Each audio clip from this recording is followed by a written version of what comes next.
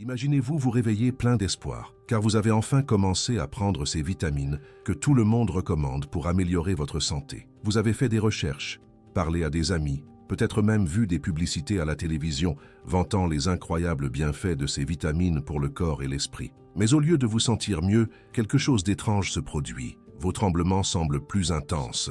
La raideur musculaire que vous luttez tant contre elle s'est aggravée et cette sensation d'être prisonnier de votre propre corps revient en force. Vous commencez à vous demander si vous êtes en train d'imaginer des choses, si c'est juste une mauvaise journée ou si vos symptômes s'aggravent réellement sans explication apparente. La vérité, c'est que ce n'est peut-être pas une coïncidence. À l'heure actuelle, des milliers de personnes atteintes de la maladie de Parkinson sabotent involontairement leur propre traitement en consommant des vitamines qui semblent inoffensives, mais qui interfèrent en réalité directement avec l'efficacité de leurs médicaments. Et le pire, c'est que bien souvent, ces vitamines sont recommandées par des personnes bien intentionnées ou se cachent dans des aliments enrichis auxquels on ne penserait même pas. Vous êtes-vous déjà demandé pourquoi certains jours votre traitement semble parfaitement efficace, tandis que d'autres jours, vous avez l'impression de n'avoir rien pris du tout? Pourquoi? Parfois, vous vous déplacez plus facilement, et d'autres fois, vous avez l'impression de porter des pierres aux pieds. La réponse se trouve peut-être dans les vitamines que vous consommez, sans vous rendre compte de leur impact dévastateur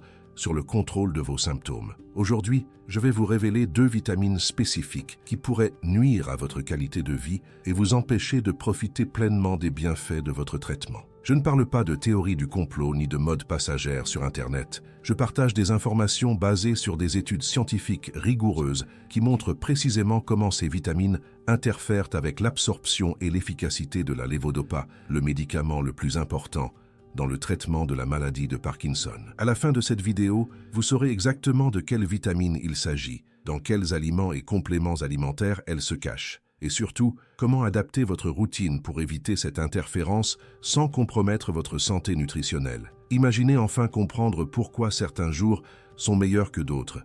Maîtriser la prévisibilité de votre traitement et retrouver cette stabilité que vous recherchez depuis si longtemps. Ces ajustements simples mais fondamentaux peuvent faire toute la différence entre vivre avec la maladie de Parkinson et vivre pleinement malgré la maladie. Alors, restez avec moi jusqu'au bout, car chaque minute de cette vidéo peut transformer votre vie et votre façon de gérer vos symptômes au quotidien. Avant de commencer, j'aimerais savoir d'où vous nous regardez aujourd'hui. N'hésitez pas à laisser un commentaire ci-dessous en indiquant votre ville et votre région et à poser vos questions sur la maladie de Parkinson et la nutrition. Passons maintenant à la première vitamine qui pourrait nuire à votre traitement sans que vous le sachiez. Commençons par la vitamine B6, aussi appelée pyridoxine. Parmi les nombreuses vitamines que nous consommons quotidiennement, la vitamine B6 se distingue comme l'une des plus problématiques pour les personnes atteintes de la maladie de Parkinson.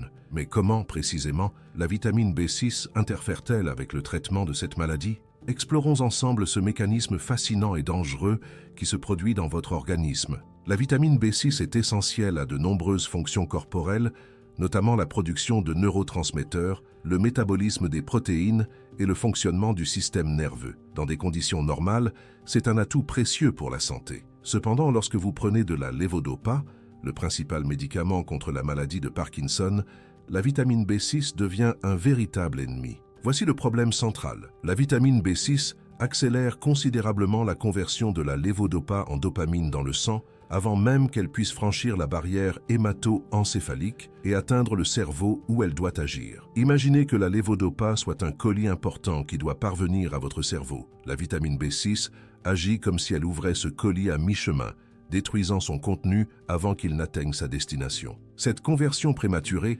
signifie une quantité moindre de levodopa. Celle-ci parvient au cerveau, ce qui entraîne un contrôle insuffisant des symptômes moteurs. Des études montrent que de fortes doses de vitamine B6 peuvent réduire l'efficacité de la levodopa jusqu'à 70%.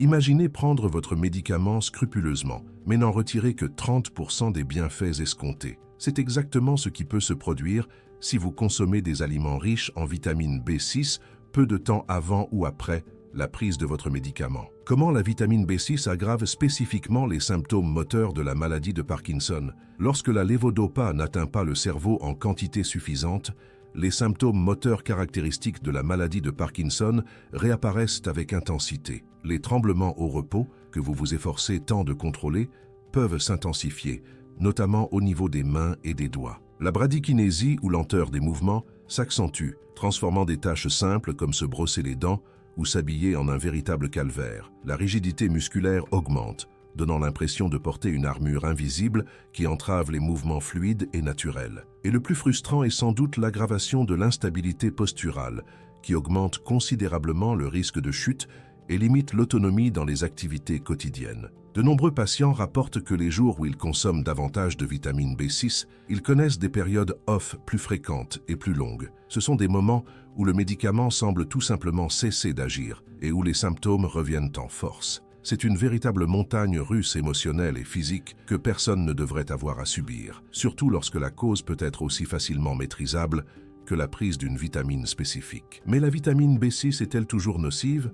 Ou existe-t-il une dose sans risque? C'est une question cruciale, car la vitamine B6 est non seulement importante, mais essentielle à la vie. Le corps humain ne peut pas la produire. Nous devons donc l'obtenir par l'alimentation. Il ne s'agit pas d'éliminer complètement la vitamine B6 de notre alimentation, ce qui serait impossible et dangereux, mais plutôt de comprendre comment gérer intelligemment son apport afin de ne pas interférer avec les médicaments. L'apport quotidien recommandé en vitamine B6 pour les adultes est d'environ 1,3 à 1,7 mg. Pour les personnes atteintes de la maladie de Parkinson qui prennent de la lévodopa, en particulier celles qui prennent uniquement de la lévodopa sans carbidopa, l'idéal est de ne pas dépasser 5 mg par jour. Il est important de noter que la plupart des patients utilisent aujourd'hui des formulations qui combinent lévodopa et carbidopa, comme le Sinemet, et ces formulations offrent une certaine protection contre les interactions avec la vitamine B6, mais elles n'éliminent pas complètement le problème. Même avec la carbidopa, de très fortes doses de vitamine B6 peuvent encore réduire l'efficacité du traitement. Le défi consiste à identifier les sources cachées de cette vitamine que vous consommez peut-être sans le savoir. Quels sont les aliments et les compléments alimentaires riches en vitamine B6 qu'il faut surveiller de près? Commençons par les aliments naturellement riches en cette vitamine. Les poissons comme le thon et le saumon sont d'excellentes sources de vitamine B6. Une portion de 100 g en contient jusqu'à 1 mg.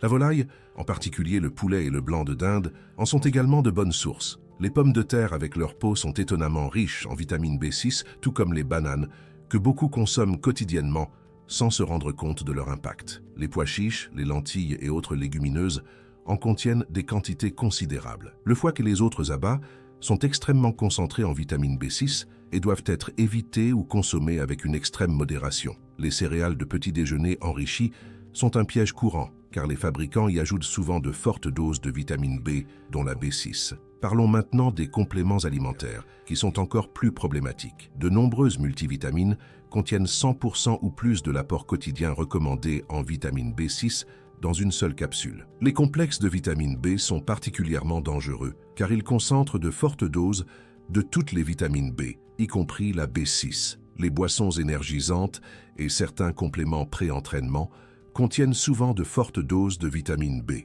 Même certains médicaments contre les nausées contiennent de la vitamine B6 comme principe actif. L'important est de ne pas paniquer ni de supprimer tous ces aliments sains de votre alimentation, mais plutôt d'adopter une stratégie judicieuse de consommation en alternant les périodes et les quantités. Comment optimiser votre apport en vitamine B6 sans compromettre votre santé nutritionnelle? La stratégie la plus efficace consiste à espacer la prise de vos médicaments et d'aliments riches en vitamine B6. Si vous prenez de la lévodopa 3 fois par jour, essayez de consommer des aliments riches en vitamine B6 au moins 2 heures avant ou 2 heures après la prise. Cela laisse suffisamment de temps à la lévodopa pour être absorbée et agir avant que la vitamine B6 n'interfère significativement. Une autre stratégie consiste à répartir votre apport en vitamine B6 tout au long de la journée en petites quantités, plutôt que de prendre une dose importante en une seule fois. Par exemple, si vous aimez les bananes, ne mangez pas une banane entière le matin avec vos médicaments.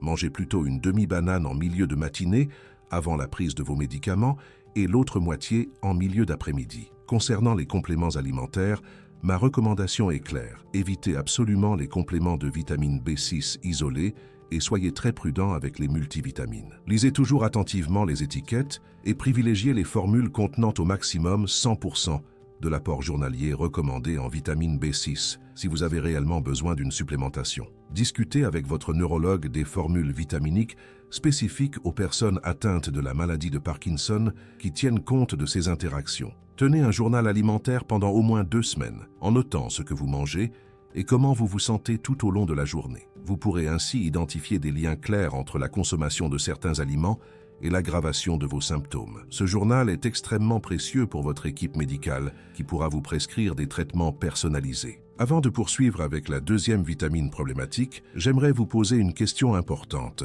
À quel moment de la journée les symptômes de la maladie de Parkinson affectent-ils le plus votre vie ou celle d'un proche? Est-ce au réveil, lorsque la raideur semble vous envahir, ou peut-être pendant les repas, lorsque les tremblements rendent chaque bouchée difficile, ou encore la nuit, lorsque le sommeil vous fuit? Cette question n'est pas posée par simple curiosité. De nombreuses personnes atteintes de la maladie de Parkinson ont le sentiment que personne ne comprend vraiment les difficultés invisibles qu'elles rencontrent au quotidien, et vous n'êtes pas seul dans cette épreuve. Partagez votre expérience dans les commentaires. Vous pouvez simplement copier et compléter cette phrase. Mon plus grand défi avec la maladie de Parkinson, c'est quand j'essaie. Et votre commentaire pourrait être exactement ce dont une autre personne a besoin aujourd'hui pour se sentir comprise et moins seule. De plus, vos commentaires nous aident à créer un contenu plus adapté aux difficultés que vous rencontrez réellement. Passons maintenant à notre deuxième vitamine, qui peut apporter un soulagement significatif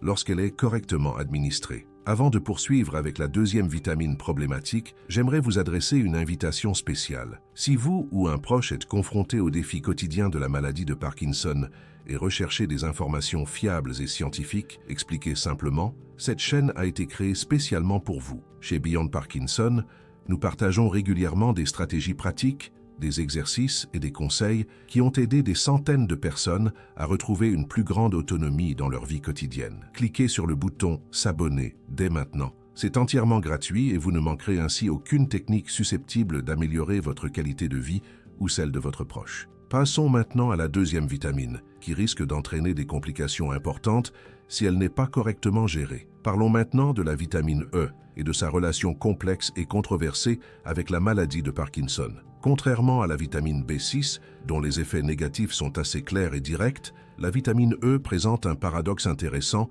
qui en déconcerte plus d'un. D'une part, c'est un puissant antioxydant qui, en théorie, devrait protéger les neurones du stress oxydatif, un des mécanismes centraux de la dégénérescence dans la maladie de Parkinson. D'autre part, de plus en plus de données montrent qu'une supplémentation à forte dose de vitamine E pourrait causer plus de problèmes que de bienfaits chez les personnes atteintes de cette maladie. Mais avant d'explorer ce paradoxe, comprenons ce qu'est la vitamine E et pourquoi elle est devenue si populaire auprès de ceux qui recherchent une protection neurologique. La vitamine E n'est en réalité pas une vitamine unique, mais un groupe de 8 composés liposolubles, dont les tocophérols et les tocotriénols, l'alpha-tocophérol étant la forme la plus active et la plus courante dans les compléments alimentaires. On la trouve naturellement dans les huiles végétales, les noix, les graines et les légumes verts à feuilles. Sa principale fonction est d'agir comme antioxydant, protégeant les membranes cellulaires des dommages causés par les radicaux libres. Cette propriété antioxydante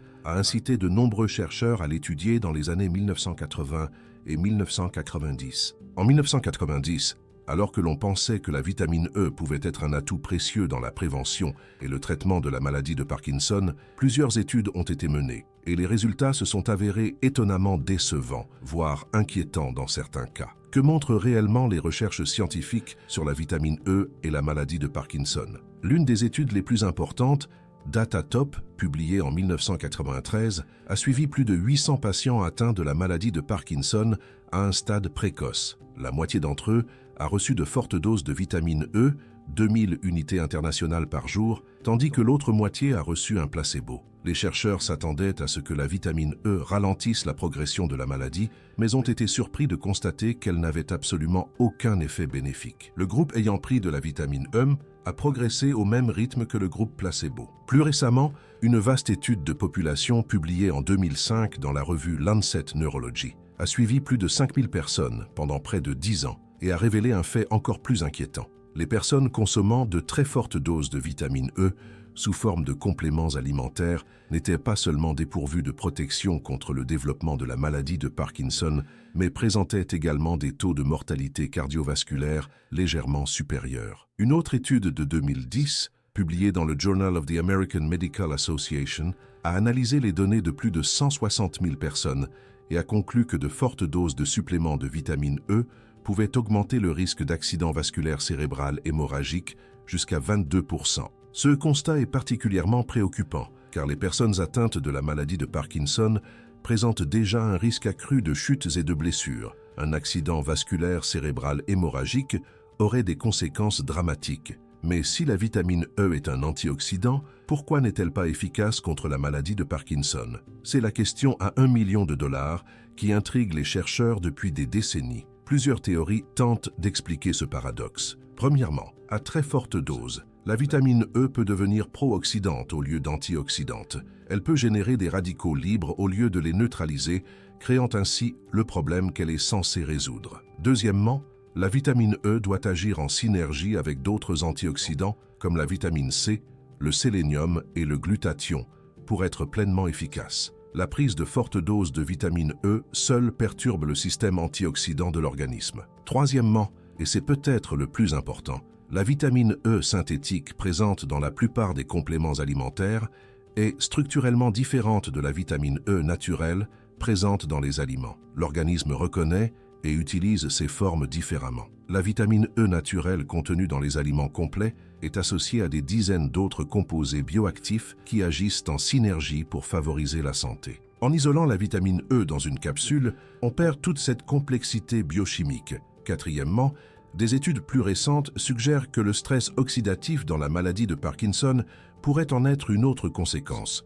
Plutôt que d'en être une cause, cela signifie que lutter contre le stress oxydatif avec des antioxydants revient à essayer d'éteindre un incendie de forêt avec un verre d'eau. Cela aide un peu, mais ne s'attaque pas à la racine du problème. Dois-je complètement éviter la vitamine E si je suis atteint de la maladie de Parkinson? Pas exactement, c'est une question délicate, car la vitamine E provenant des aliments naturels reste importante et bénéfique pour la santé en général. Le problème réside spécifiquement dans les suppléments de vitamine E à forte dose. L'apport quotidien recommandé en vitamine E pour les adultes est de 15 mg, soit environ 22 unités internationales. Vous pouvez et devriez obtenir cette quantité grâce à une alimentation équilibrée et riche en aliments naturels. Ce qu'il faut éviter, ce sont les suppléments qui fournissent 400, 800, voire 1000 unités internationales de vitamine E par jour. Ces mégadoses de vitamine E n'apportent aucun bénéfice supplémentaire et peuvent même augmenter le risque de saignement et de problèmes cardiovasculaires. Si vous prenez actuellement des suppléments de vitamine E à forte dose,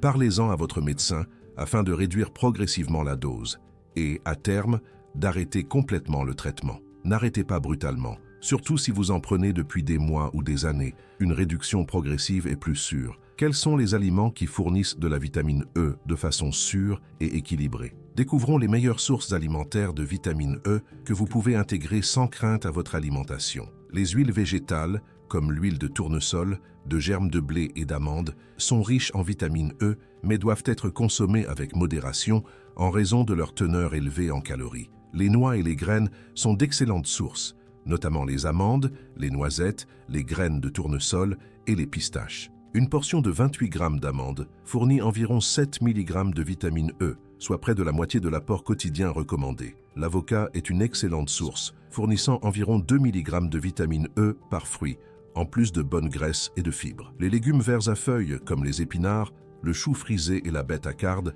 contiennent des quantités modérées de vitamine E, ainsi qu'une multitude d'autres nutriments protecteurs. La mangue et le kiwi sont des fruits qui apportent de petites quantités de vitamine E, mais sont riches en autres antioxydants complémentaires. Les poissons gras, comme le saumon et la truite, fournissent de la vitamine E, ainsi que des oméga 3, formant une puissante combinaison anti-inflammatoire. Le grand avantage de consommer de la vitamine E par le biais de ces aliments est que vous ingérez également des fibres, des minéraux, d'autres antioxydants et des composés bioactifs qui agissent en synergie pour favoriser la santé, sans les risques associés aux compléments alimentaires isolés. Existe-t-il des situations où une supplémentation en vitamine E est pertinente pour une personne atteinte de la maladie de Parkinson? C'est une question légitime, car une supplémentation modérée peut être envisagée dans certains cas particuliers. Si vous souffrez d'une affection qui perturbe l'absorption des graisses, comme une maladie cœliaque non traitée, ou une pancréatite chronique, vous pouvez présenter une réelle carence en vitamine E qu'il convient de corriger. Si vous avez subi une chirurgie bariatrique ayant considérablement modifié l'absorption des nutriments liposolubles, une supplémentation peut s'avérer nécessaire. Si vous suivez un régime alimentaire très restrictif, en raison d'allergies ou d'autres problèmes de santé limitant fortement vos choix alimentaires, une supplémentation peut également être nécessaire. Toutefois, même dans ces cas, la supplémentation doit être effectuée sous surveillance médicale, à des doses modérées proches des apports journaliers recommandés et non à doses élevées. Idéalement, il est préférable d'utiliser des formulations contenant les 8 formes naturelles de vitamine E, tocophérol et tocotriénol, plutôt que l'alpha-tocophérol de synthèse. Pour la grande majorité des personnes atteintes de la maladie de Parkinson, une alimentation équilibrée et riche en aliments complets fournit toute la vitamine E nécessaire sans risque supplémentaire. Existe-t-il une interaction spécifique entre la vitamine E et les médicaments contre la maladie de Parkinson?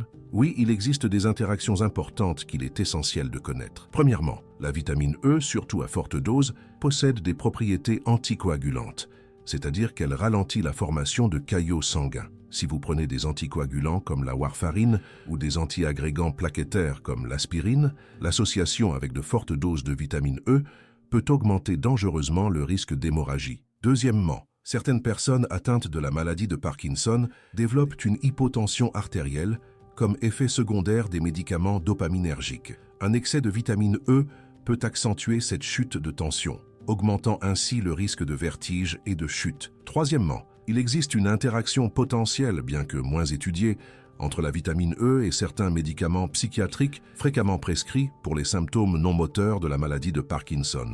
Informez toujours vos médecins de tous les compléments alimentaires que vous prenez, y compris la vitamine E. Beaucoup de gens ne considèrent pas les vitamines comme de véritables médicaments, mais elles peuvent avoir des effets importants et des interactions significatives. Comment savoir si je prends trop de vitamine E? Certains signes et symptômes peuvent indiquer un excès de vitamine E dans l'organisme. Des saignements ou des ecchymoses qui apparaissent facilement constituent un signe d'alerte important. Une fatigue extrême et une faiblesse musculaire peuvent survenir en cas de toxicité à la vitamine E. Nausées et diarrhée sont des symptômes gastro-intestinaux courants lorsque les doses sont trop élevées. Une vision trouble peut se manifester dans de rares cas de toxicité sévère. Si vous prenez plus de 400 unités internationales par jour de suppléments de vitamine E et que vous présentez l'un de ces symptômes, consultez immédiatement votre médecin. Il est important de noter que la toxicité à la vitamine E provenant uniquement de l'alimentation est extrêmement rare, voire impossible. Le problème est presque toujours lié à la prise de suppléments à forte dose.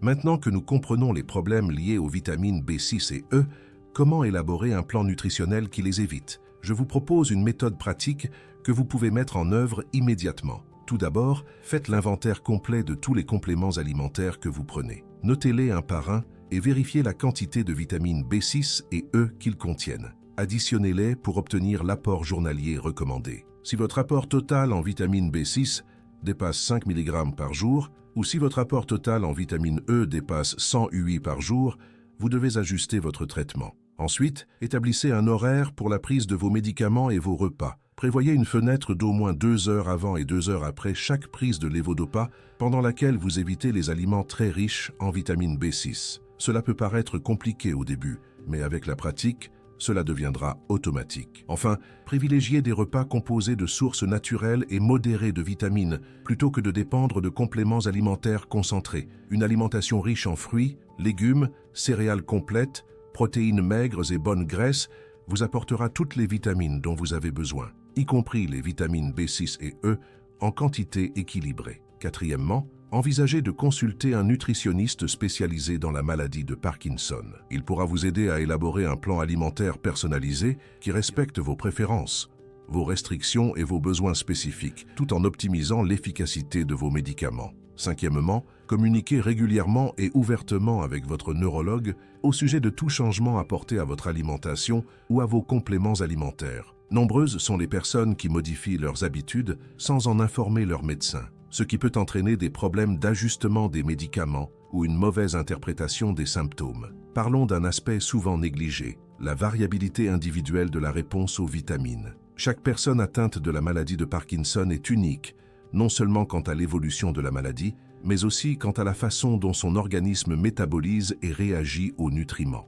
Certaines personnes métabolisent rapidement la vitamine B6, ce qui signifie que leur organisme l'assimile et l'élimine très rapidement. Chez ces personnes, les interactions avec la lévodopa peuvent être moins marquées. D'autres, en revanche, métabolisent lentement la vitamine B6, l'accumulant sur de plus longues périodes et subissant des interactions plus importantes. Ces différences individuelles sont en grande partie déterminées par des facteurs génétiques. De même, l'absorption et l'utilisation de la vitamine E varient considérablement d'une personne à l'autre en fonction de facteurs tels que l'âge, la fonction hépatique, la santé intestinale et la génétique. Cela signifie que les recommandations générales ne sont que cela, générales. Vous pourriez avoir besoin d'ajustements personnalisés en fonction de votre réponse individuelle. Comment déterminer votre réponse individuelle? L'outil le plus efficace et le plus accessible est un suivi rigoureux grâce à un journal détaillé. Pendant au moins 4 semaines, notez quotidiennement ce que vous mangez à des heures précises,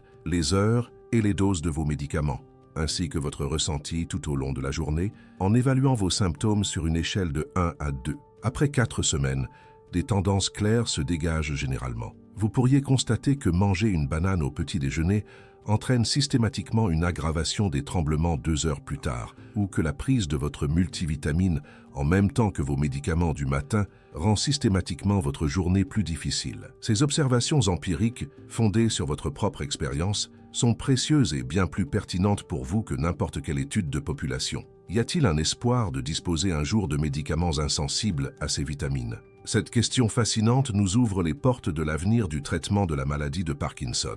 Les chercheurs explorent plusieurs pistes prometteuses. L'une d'elles concerne le développement de formulations de lévodopa à libération prolongée, moins sensibles aux variations nutritionnelles. Une autre piste s'intéresse à des médicaments dopaminergiques alternatifs, dont l'absorption diffère de celle de la lévodopa. Les agonistes dopaminergiques tels que le pramipexole et le ropinirole, ne sont plus significativement affectés par les vitamines B6 et E. Les thérapies géniques et cellulaires en développement pourraient un jour éliminer complètement le besoin de substitution dopaminergique. Mais en attendant que ces innovations deviennent une réalité pour la plupart des patients, il est essentiel d'utiliser les outils dont nous disposons aujourd'hui, notamment en adaptant intelligemment notre alimentation afin d'optimiser l'efficacité des traitements actuels. Que dire aux proches et aux aidants à ce sujet? Si vous êtes aidant d'une personne atteinte de la maladie de Parkinson, ces informations sur les vitamines sont également essentielles pour vous. Les aidants préparent souvent les repas et gèrent les médicaments.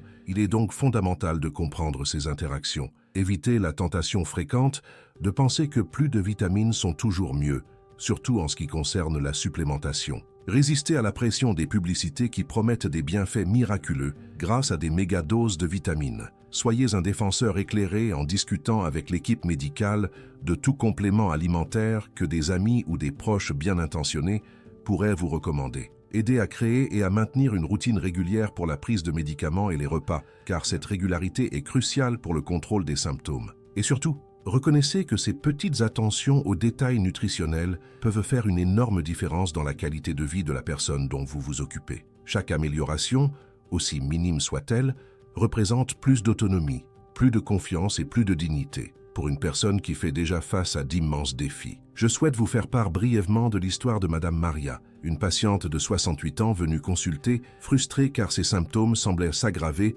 malgré la prise régulière de son traitement. Après une discussion approfondie, nous avons découvert qu'elle avait commencé à prendre un complément multivitaminé sur les conseils d'une amie 3 mois auparavant. Ce complément contenait 100 mg de vitamine B6, soit plus de 70 fois l'apport journalier recommandé. De plus, elle avait pris l'habitude de manger une grosse banane chaque matin juste après sa première prise de lévodopa, pensant bien faire. Lorsque nous lui avons expliqué le problème et modifié ses habitudes, les résultats ont été spectaculaires. En 2 semaines, Madame Maria a constaté une nette amélioration de ses tremblements et de sa mobilité. En 1 mois, elle pouvait de nouveau faire des choses qu'elle n'avait pas pu faire depuis près de 6 mois. Cette histoire n'est pas un cas isolé. J'observe ce schéma à maintes reprises dans ma pratique. De petits ajustements, fondés sur des connaissances scientifiques, peuvent engendrer des améliorations surprenantes. Pour les personnes atteintes de la maladie de Parkinson, qui recherchent un contrôle stable de leurs symptômes et une efficacité optimale de leur traitement,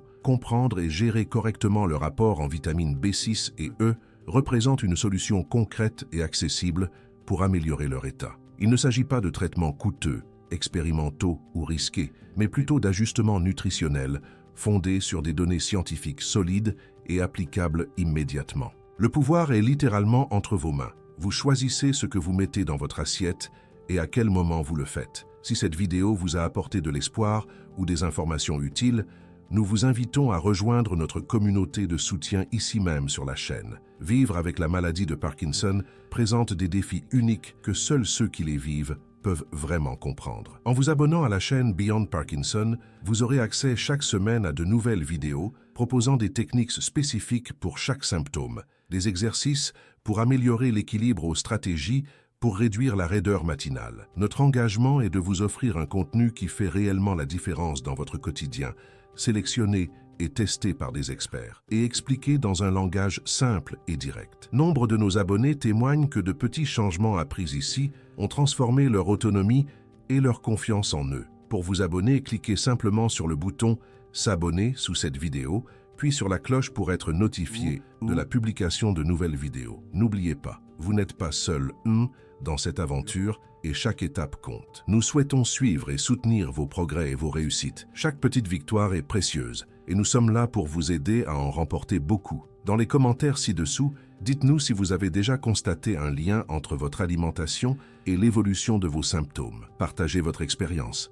Elle peut aider d'autres personnes confrontées à la même situation. Si vous avez des questions, notamment sur la nutrition et la maladie de Parkinson, n'hésitez pas à les poser. Nous ferons de notre mieux pour y répondre, voire réaliser une vidéo sur le sujet. Merci de nous avoir suivis aujourd'hui. Nous espérons vous retrouver dans notre prochaine vidéo, où nous explorerons les 5 meilleurs aliments pour optimiser l'efficacité de votre traitement et améliorer vos symptômes au quotidien. En attendant, prenez bien soin de vous et n'oubliez pas que le savoir est le premier pas vers la transformation.